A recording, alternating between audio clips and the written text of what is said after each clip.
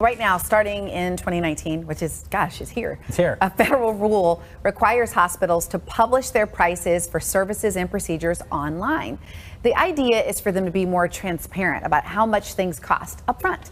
But some in the industry have criticized this effort, saying it won't help as much as we might think.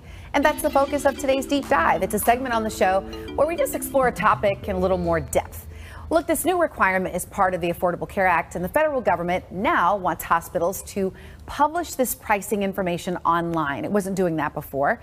Critics of this new rule highlight two problems with it. If you have insurance, posted prices won't tell you your actual responsibility, right? The amount you actually would pay. They also say upfront pricing is difficult because a patient with more complications during a surgery may cost more. Now, it is true these changes are not the best solution for people who really want a good faith estimate of how much this care will cost me. But it's a start. And I think it's fair to say in most aspects of life, we'd like to know how much something's going to cost before we pay for it, right? Yes. Well, Swedish Hospital released a statement saying Swedish plans to comply with CMS requirements, but we believe that more can and should be done. Improvements to healthcare cost transparency can be achieved, but only if all stakeholders work together in the best interest of patients across the U.S. Now, here's the thing. There is an effort to improve transparency right here in our state from the Insurance Commissioner's Office. It is meant to address what they are calling surprise billing.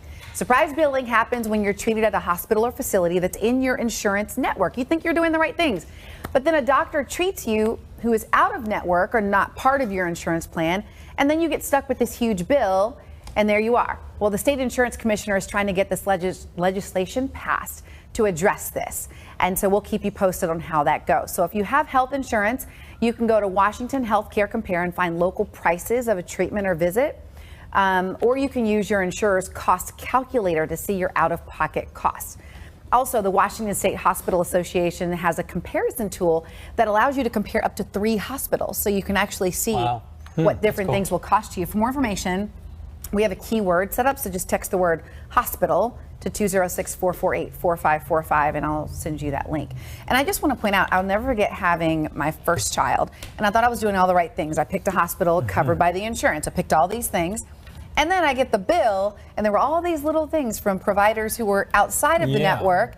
And oh my gosh, it took me years to pay that off. I mean, it was so, this surprise billing, this proposal that's happening in our state, what it would do is say you would take that to arbitration.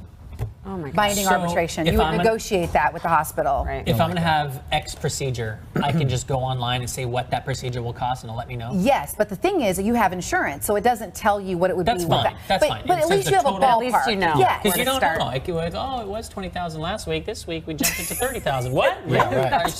That's a great point. Yeah. That's what some people are like. Well, it doesn't give you the actual amount, but yeah, it's a step in the right direction.